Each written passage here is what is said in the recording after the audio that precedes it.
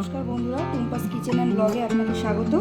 আজ আমি পটল কোরমার একটি রেসিপি করব। তার জন্য পটলটা প্রথমে আমি কেটে ছাড়িয়ে নিয়েছি আর নিয়ে নিয়েছি তেজপাতা, পেঁয়াজ কুচি, নুন, টমেটো কুচি, আদা রসুন বাটা, লঙ্কা বাটা, জিরের গুঁড়ো, ধনের গুঁড়ো, কাশ্মীরি লঙ্কার গুঁড়ো আর এখানে গুঁড়ো গরম মশলা।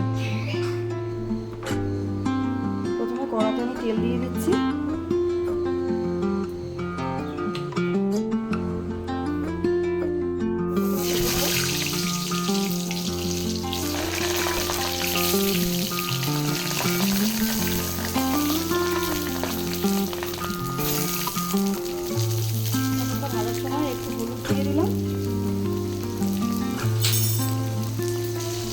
আর একটু নুন দিয়ে দেবো।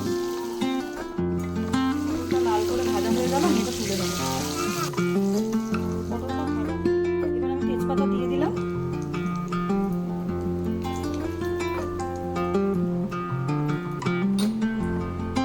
এবার পেঁয়াজ দেবো।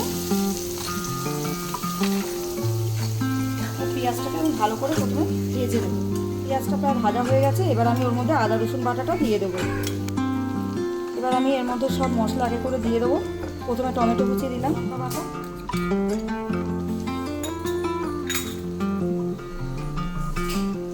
ধনের গুঁড়ো,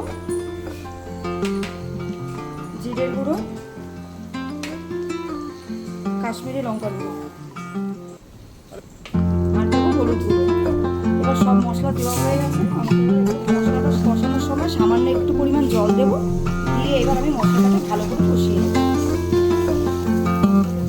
তেল বেরিয়ে গেছে, এবার আমি ভেজে রাখা পটলগুলো দিয়ে ভালো করে কিছুক্ষণ কষিয়ে নেব।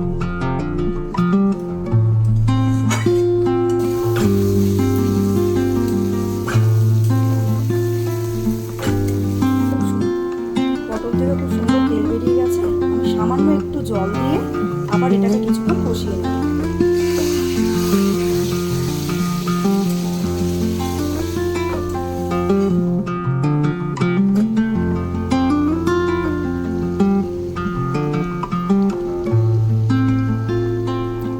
তেল বেরিয়ে গেছে, আমার পটলের কোরমা মোটামুটি পুরোপুরি তৈরি হয়ে গেছে। এবার আমি